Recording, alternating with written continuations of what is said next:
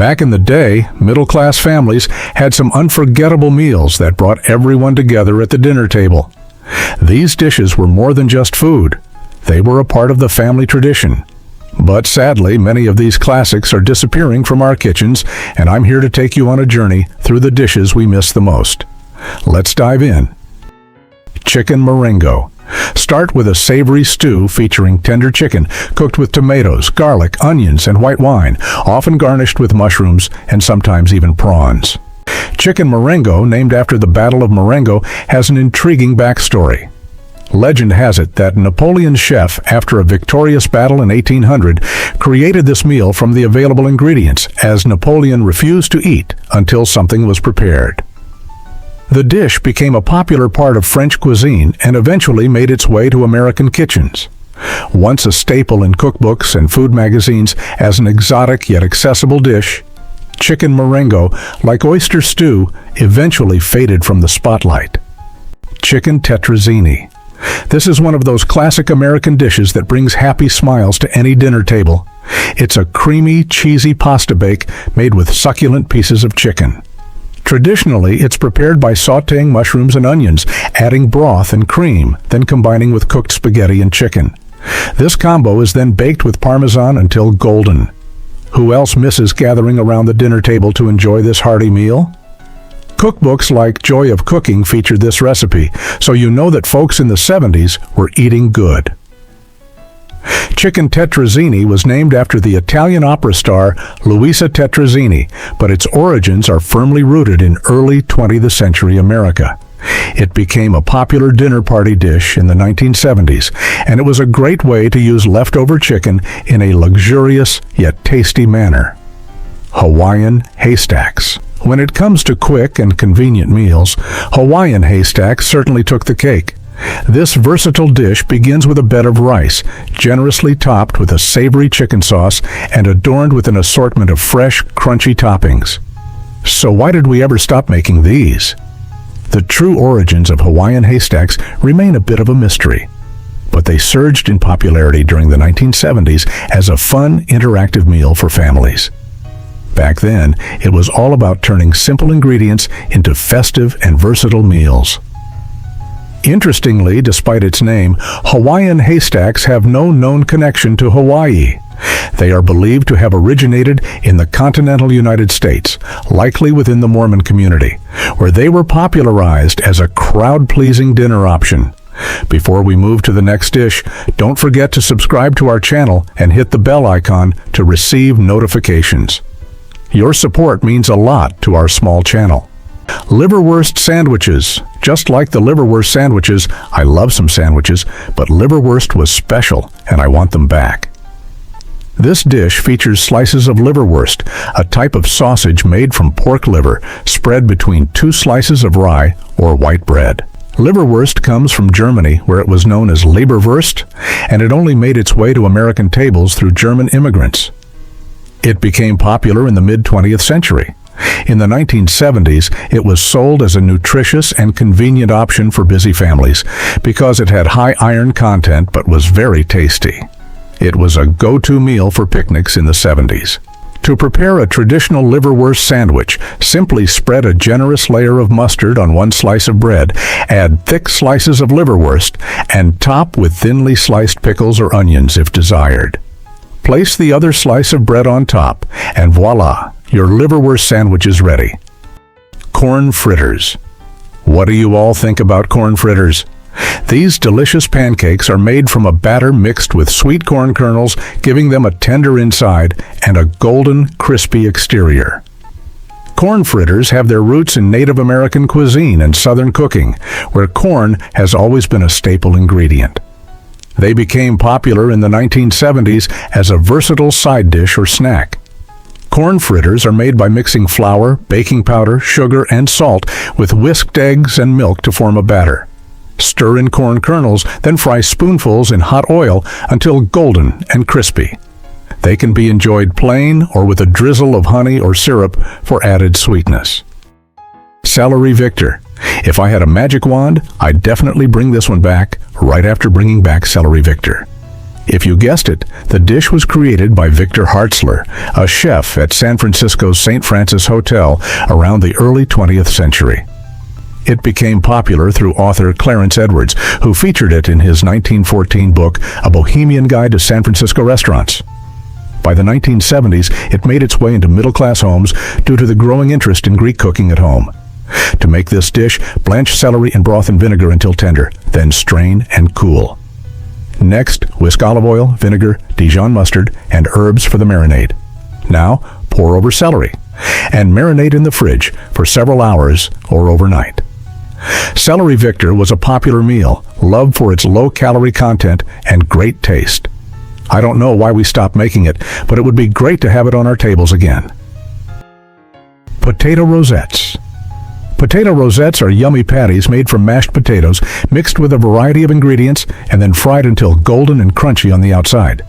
This must have been inspired by rissoles, which are a small croquette or patty made from minced meat or fish mixed with various ingredients such as onions, herbs, breadcrumbs, and sometimes eggs. Potato rosettes have roots in Europe, where they were a popular way to use up leftover potatoes. By the 1970s, they had become a beloved side dish or even a main course in many American households, thanks to their satisfying texture. If you miss that 70s feel and are not afraid to try old recipes, go ahead and make some for yourself. Who else remembers making these with Mom in the kitchen? I miss making those mashed potatoes. Steak Diane. Next is this really tasty steak called Steak Diane.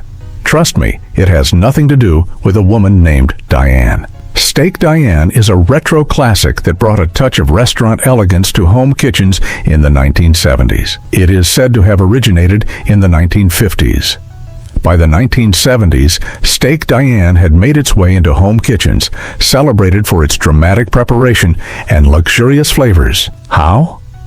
Well, a little bird told me that New York chef Beniamino Schiavone thought it was a bright idea to name this meal after Diana, the goddess of the hunt, to attract high society diners. I guess it worked.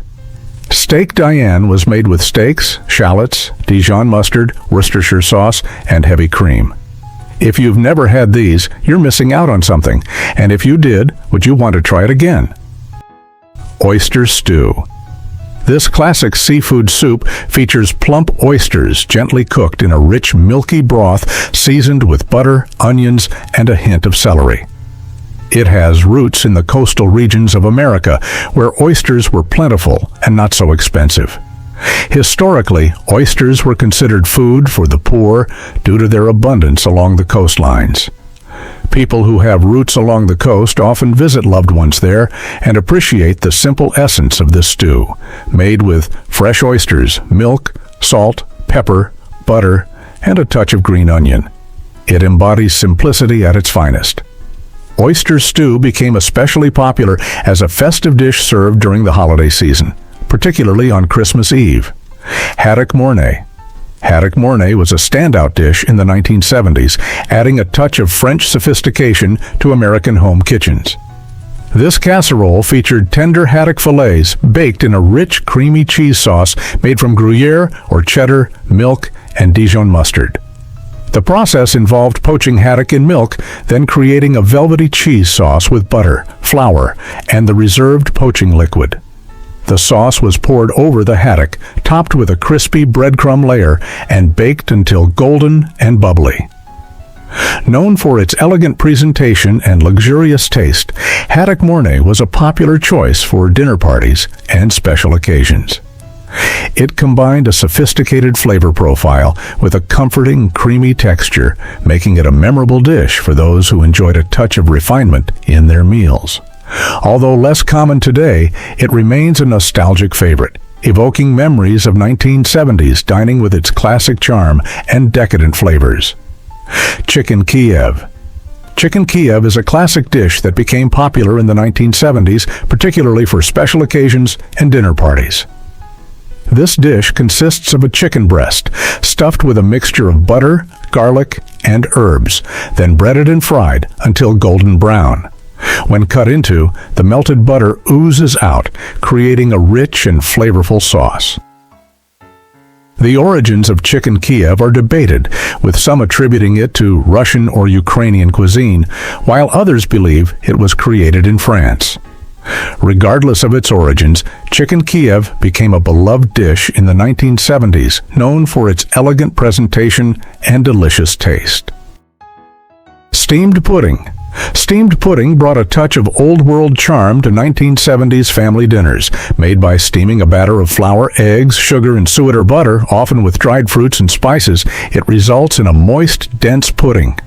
The slow steaming process ensures the flavors meld together beautifully, creating a rich dessert experience.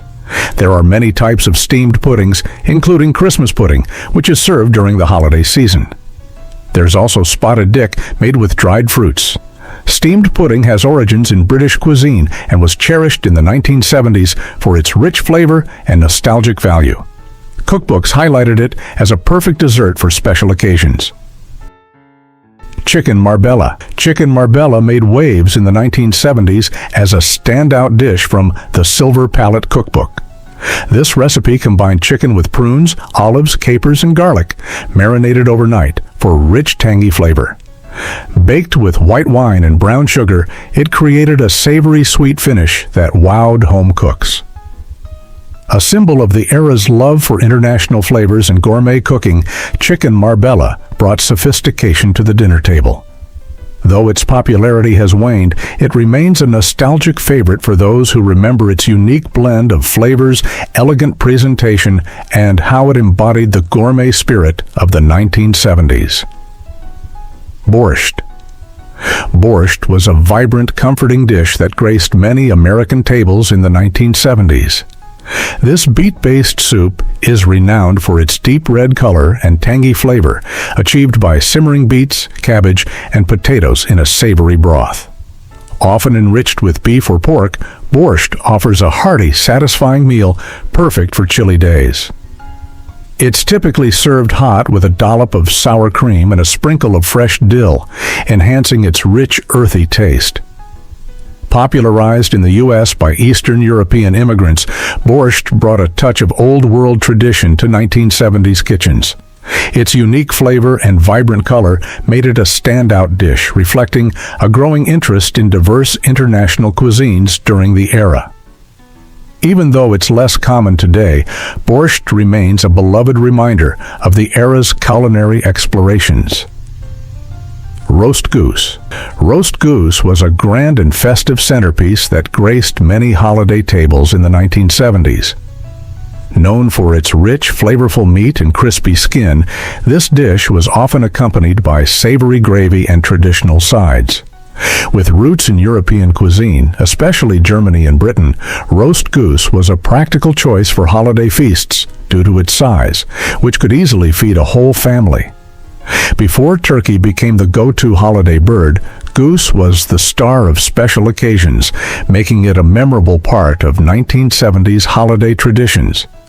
Its preparation involved seasoning, roasting to perfection, and serving with classic trimmings, offering a taste of old-world elegance. Despite its decline in popularity, roast goose remains a symbol of festive abundance and culinary heritage. Rabbit stew. Rabbit stew was a beloved dish in the 1970s, known for its tender, flavorful meat and comforting, rich broth. Originating from European peasant cuisine, this stew made use of lean rabbit meat, which was both economical and delicious. The preparation involved slow-cooking rabbit pieces with vegetables and broth, resulting in a hearty, satisfying meal perfect for chilly evenings. Its popularity in the 1970s was a nod to its rustic appeal and versatility, offering a taste of traditional home cooking.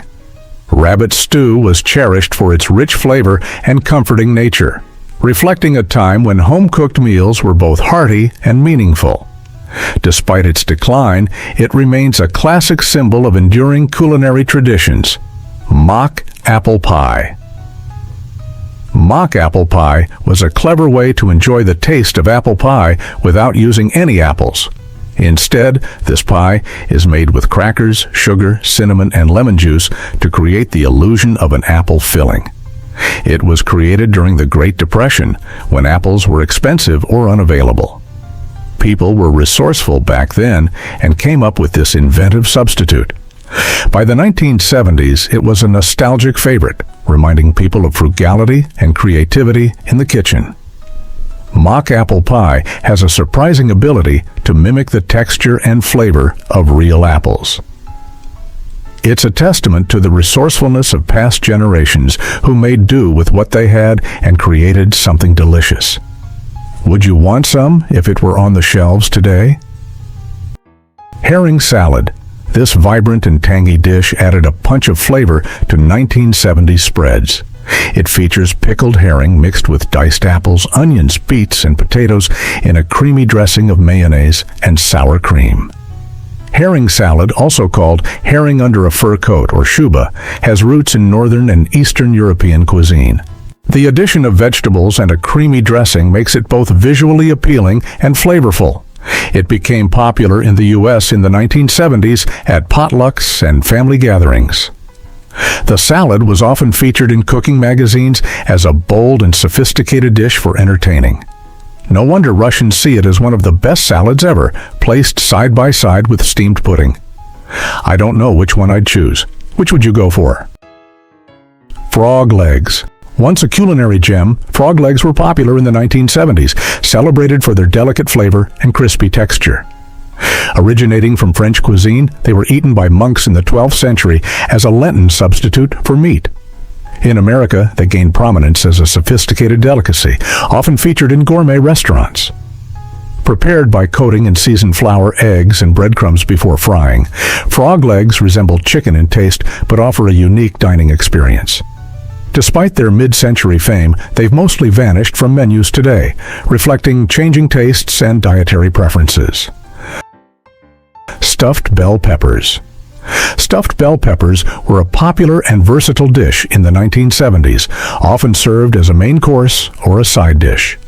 This dish involves hollowing out bell peppers and stuffing them with a mixture of ground meat, rice, onions, and seasonings, then baking them until tender.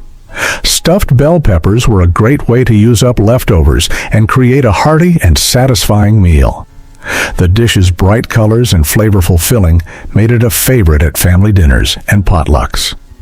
While it may not be as common today, stuffed bell peppers still evoke memories of home-cooked meals in the 1970s. Baked Alaska. Baked Alaska is a show-stopping dessert that was often served at special occasions and dinner parties in the 1970s.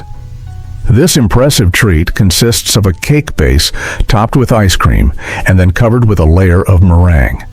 The entire dessert is briefly baked in a hot oven, just long enough to brown the meringue while keeping the ice cream cold inside. The origins of Baked Alaska date back to the 19th century, but it became particularly popular in the mid-20th century as a way to impress guests with its dramatic presentation. The contrast between the warm meringue and the cold ice cream made it a memorable and indulgent dessert that many still remember fondly. Deviled ham. Deviled ham is a savory spread that was a popular choice for sandwiches and appetizers in the 1970s. Made from ground ham mixed with mustard, mayonnaise, and spices, this spread was often served on crackers or used as a filling for sandwiches. The deviled aspect of the dish refers to the addition of spices that give it a bit of a kick. Deviled ham was convenient, affordable, and tasty, making it a favorite in many households. While it may not be as common today, deviled ham still evokes memories of casual lunches and picnics for those who grew up with it. Tuna Casserole. Tuna casserole was a staple in many households during the 1970s, known for its comforting flavors and ease of preparation. This dish typically consists of canned tuna, egg noodles, and a creamy sauce made from condensed soup, all baked together with a topping of breadcrumbs or crushed potato chips for added crunch. Tuna casserole was a budget-friendly and convenient option for busy families, making it a go-to meal for weeknight dinners. While it may not be as trendy today, tuna casserole still holds a special place in the hearts of those who grew up with it as a comforting and satisfying meal. Cheese fondue. Cheese fondue was a trendy and fun dish in the 1970s, often served at parties and social gatherings. This dish consists of melted cheese mixed with wine and seasonings, served in a communal pot. Diners would dip pieces of bread, vegetables, or other foods into the melted cheese using long forks. Fondue parties were all the rage in the 1970s, providing a social and interactive dining experience. The popularity of cheese fondue was part of a broader trend of interest in international cuisine, particularly Swiss and French dishes. While fondue may not be as popular today, it remains a nostalgic reminder of the social dining culture of the 1970s. Thanks for joining me on this culinary journey. These classic dishes remind us of the good times we shared around the table. If you enjoyed this trip down memory lane, don't forget to like, comment, and subscribe for more delicious content. Until next time, keep savoring those tasty memories.